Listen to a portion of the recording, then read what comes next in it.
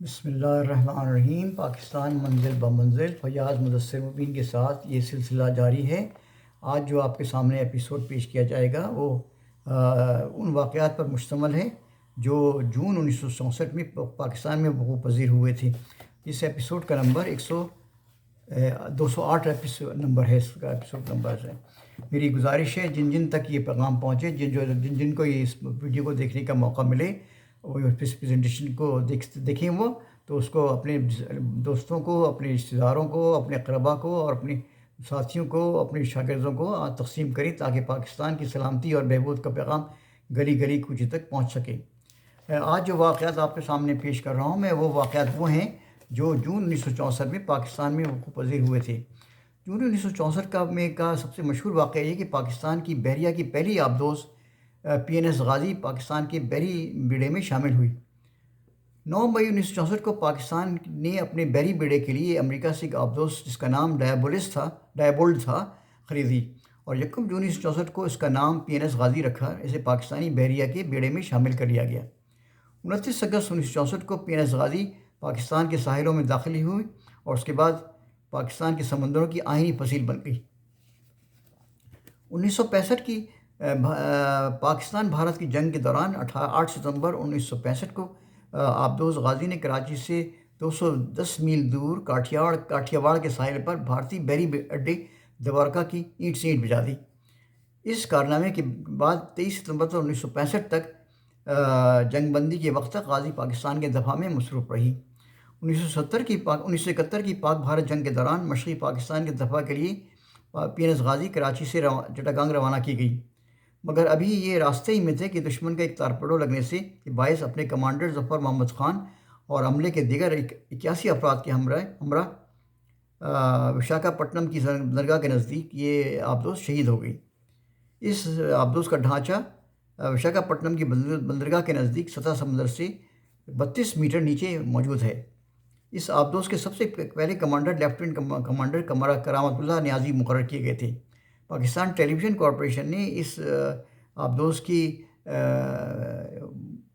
Activities کے سلسلے میں اور اس کا جو رول ستمبر 1965 میں رہا اور جو 71 میں رہا، اس کے سے ایک بہت ہی متاثر کن ایک ڈرامہ تیار کیا ہے جس کا نام غازی شہید ہے اور اسے پیش کیا گیا ہے۔ میری لوگوں سے گزارش ہے کہ وہ اس ڈرامے کو ضرور دیکھیں۔ یہ بہت متاثر کن ڈرامہ ہے، بہت ہی عمدہ ڈرامہ ہے۔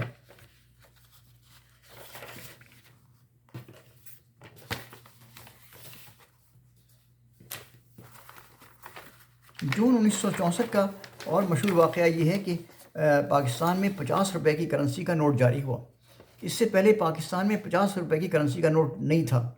12 جون 1964 کو اسٹیٹ بینک آف پاکستان نے کراچی، راولپنڈی اور ڈھاکہ کے دفاتر سے 50 روپے کی کرنسی نوٹ جاری کیے۔ ان کرنسی نوٹ پر ایک طرف قائد اعظم محمد جناح کی تصویر تھی اور دوسری جناب دریا میں تیرتی ہوئی پٹسن کی کشتیاں بنی ہوئی تھیں۔ اسٹیٹ بینک کے گورنر شجاعت علی حسنی کے دستخطوں کے ساتھ جاری ہونے والی کرنسی نوٹ پاکستان میں 50 روپے مالیت کے اولین کرنسی نوٹ تھے۔ انہیں پاکستان سیکورٹی پرنٹنگ کارپوریشن میں تباہ کیا گیا تھا۔ ان کرنسی نوٹوں کو 1 مارچ 1972 تک زیر قانونی کی حیثیت حاصل رہی اور اس کے بعد یہ نوٹ منسوخ کر دی گئی۔ جون 1964 کا ایک اور مشہور واقعہ ہے کہ بھٹو کے لیے ہلال پاکستان کا اعزاز دیا گیا۔ 21 جون 1964 کو صدر ایوب خان نے راولپنڈی میں صدارتی گیسٹ ہاؤس میں منعقدہ ایک سادہ تقریب میں وزیر خارجہ ذوالفقار علی بھٹو کو ہلال پاکستان کا اعزاز عطا کیا۔ اتفاقاً اسی دنوں جناب بھٹو کی سب سے بڑی صاحبزادی بینظیر بھٹو کی 11ویں سالگرہ تھی۔ یہ ایک مشہور واقعہ تھا جو جون 1964 میں ہوا۔ 1964 کا ایک اور مشہور واقعہ کہ اردو کے مشہور جریدے نقوش نے آبیتی نمبر شائع کیا۔ جون 1964 میں اردو کے مشہور جریدے نقوش کا 100واں شمارہ اشاعت پذیر ہوا، جسے آبیتی نمبر یعنی آٹوبایوگرافی ایشو کا نام دیا گیا ہے۔ 2 جلدوں پر مشتمل آبیتی نمبر کے مجموعی صفحات 1964 تھے۔ اس میں سیاست، مذہب، تاریخ، صحافت اور ادب سے تعلق رکھنے والی 244 شخصیت کی آبیتی بیان کی گئی تھی۔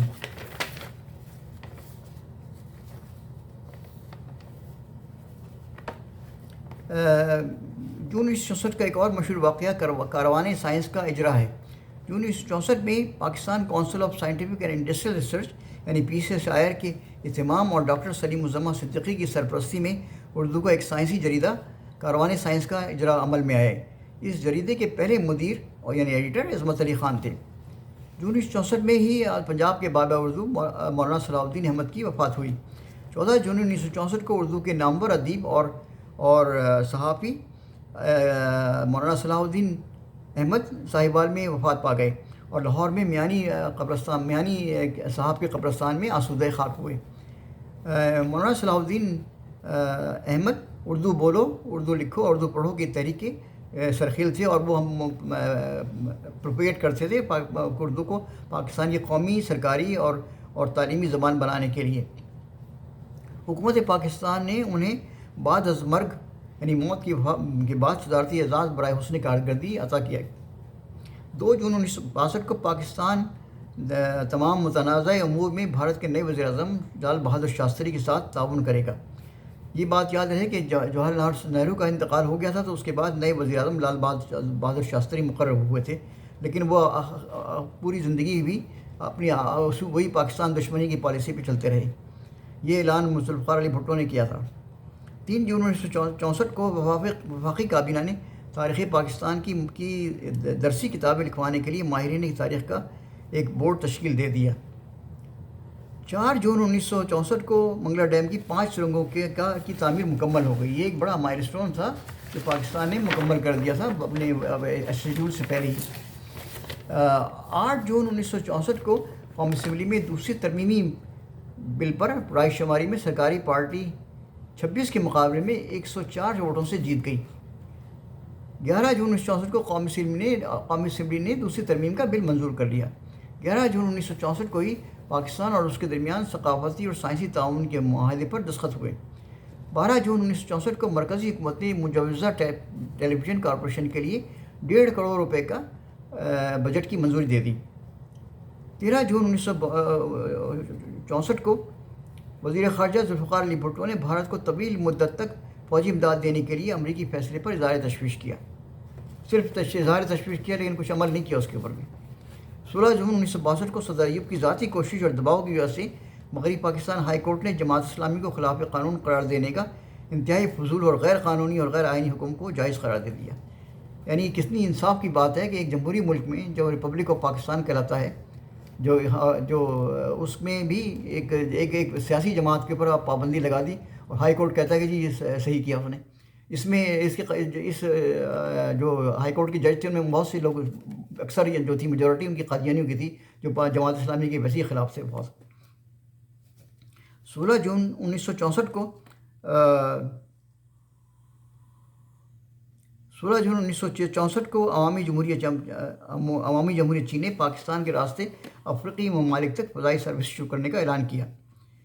23 جون 1964 کو مغربی پاکستان ہائی کورٹ میں لاؤڈ اسپیکر پر پابندی کا آرڈیننس چیلنج کر دیا گیا۔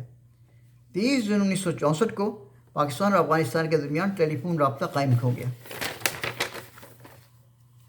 21 جون 1964 کو پاکستان کے محکمہ ڈاک نے شاہ عبداللطیف بھٹائی کی 200 سالہ برسی کے موقع پر یادگار ٹکٹ جاری کیا گیا۔ یہ ڈاک ticket Pakistan security printing corporation کے آرٹسٹ اشفاق غنی نے ڈیزائن کیا تھا۔ 25 جون 1964 کو زہرہ عزیز قومی اسمبلی کی رکن منتخب ہو گئیں۔ 27 جون 1964 کو وریر ہال کراچی کو محفوظ یادگار قرار دے دیا گیا۔ جون 1964 میں ہی عزیز حامد مدنی کا دوسرا مجموعہ کلام دشت امکان شائع ہوا۔ یہ واقعات تھے جو میں نے آپ کے سامنے پیش کی جو جون 1964 میں پاکستان میں وقوع پذیر ہوئے ہیں۔ میری دعا ہے اور میری گزارش ہے لوگوں سے کہ اللہ تعالیٰ سے اپنے فضل و کرم فرمائے اس ملک پہ، اور اس پیغام کو جو میں اپنی مخلصانہ کوشش سے شروع کر رہا ہوں اس کو آپ لوگوں تک پروپیٹ کریں، بھیجیں، تقسیم کریں اور ڈسٹریبیوٹ کریں۔ اللہ تعالیٰ پاکستان کی حفاظت فرمائے۔ پاکستان پائندہ باد۔